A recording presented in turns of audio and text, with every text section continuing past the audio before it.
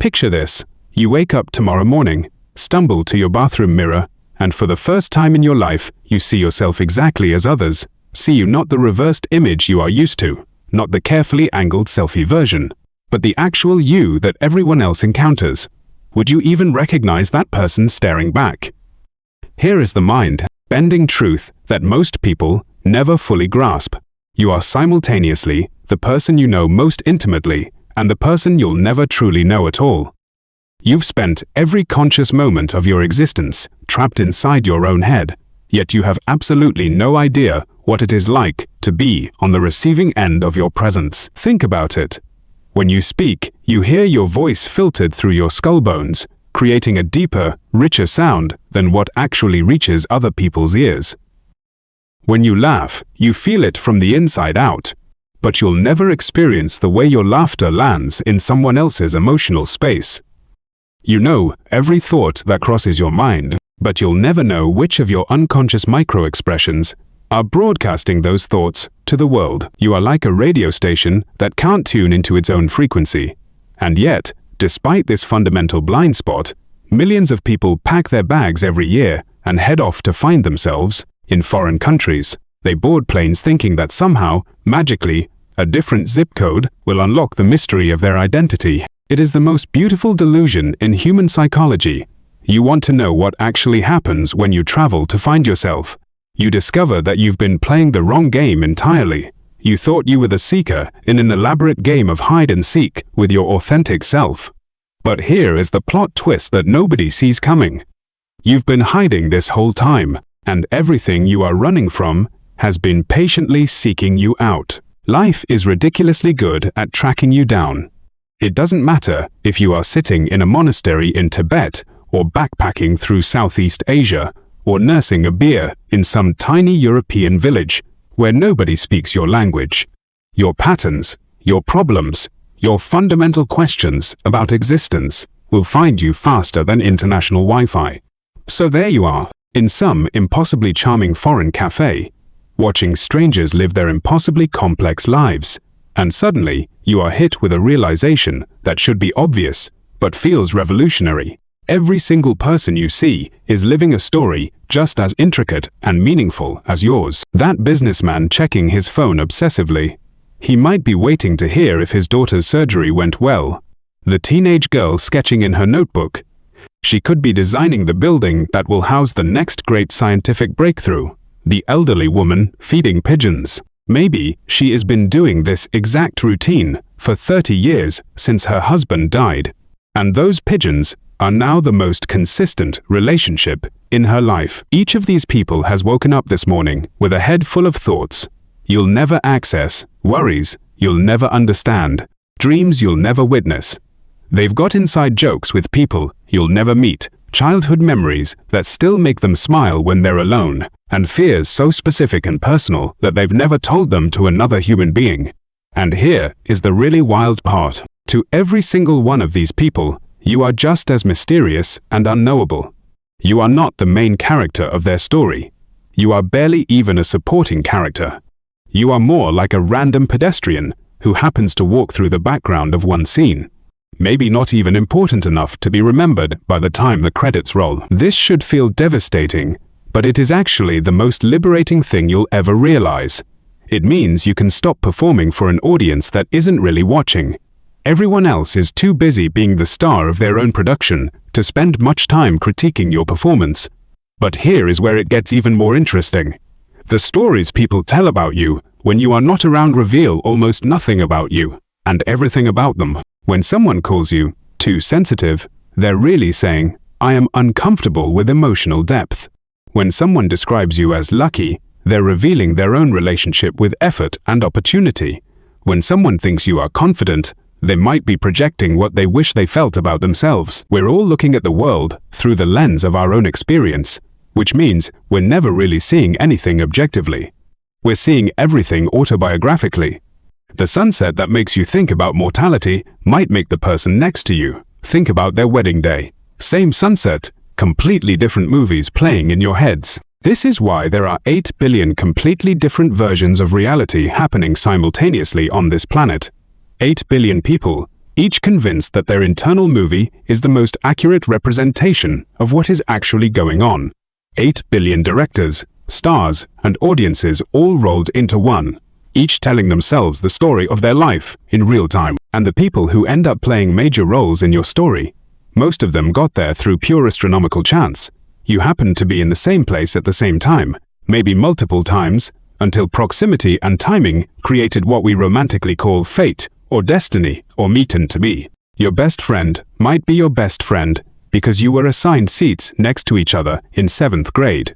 Your romantic partner might be your romantic partner because you both happen to need coffee at 9:37 am on a random Tuesday in March. The person who becomes your business partner, your co-parent, your emergency contact, they're probably just the people who were geographically and temporally convenient when you needed those roles filled. This sounds cynical, but it is actually magical. It means that every meaningful relationship in your life is a minor miracle of timing and circumstance. It means that instead of searching for the theoretically perfect people who might exist somewhere out there in the infinite possibility space, you could invest your energy in appreciating the actual people who have somehow found their way into your story. Because here is what the perfect person seekers don't understand. Perfection is the enemy of connection. Real intimacy happens when someone sees you at your most human, tired, confused, making mistakes, having bad hair days, saying the wrong thing at the wrong time, and chooses to stick around anyway. The people worth keeping close are the ones who can watch your blooper reel and still want to see the director's cut. You know that famous piece of advice about making friends by being interested in other people rather than trying to get them interested in you.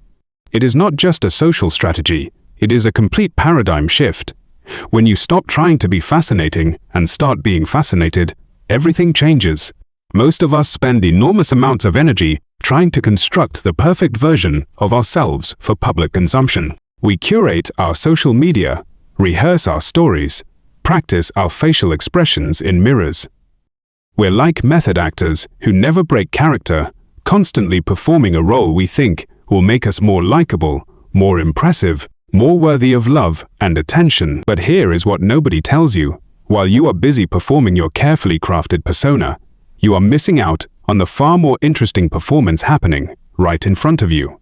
Other people's authentic selves, their unguarded moments, their genuine reactions, their real thoughts and feelings are infinitely more captivating than whatever character you think you need to play. True connection happens when two people temporarily pause their own internal monologues to actually listen to each other's. It is like visiting someone else's movie theater to watch their film and then inviting them to yours. The magic happens when both people are genuinely curious about the other person's story, not just waiting for their turn to talk about their own. But here is the thing about sharing your theater with other people. They're going to make a mess. They'll spill emotional popcorn. They'll ask questions during the quiet parts. They'll sometimes leave sticky relationship residue on your seats. And you know what? You are going to do the same thing in their spaces. Humans are beautifully, inevitably messy. We bring our baggage, our triggers, our unresolved issues, our bad habits, our family of origin stuff into every interaction. We can't help it. It is not a bug in our programming. It is a feature. The mess is part of the package. The wisdom isn't learning how to avoid the mess. It is learning to enjoy the movie despite the sticky flaws and the person who forgot to turn off their phone. It is accepting that every meaningful relationship will require some cleanup. But the alternative, watching your life story alone in an empty theater, is infinitely lonelier. So maybe the whole finding yourself quest is based on a fundamental misunderstanding. Maybe you are not lost, waiting to be found. Maybe you are not broken, waiting to be fixed.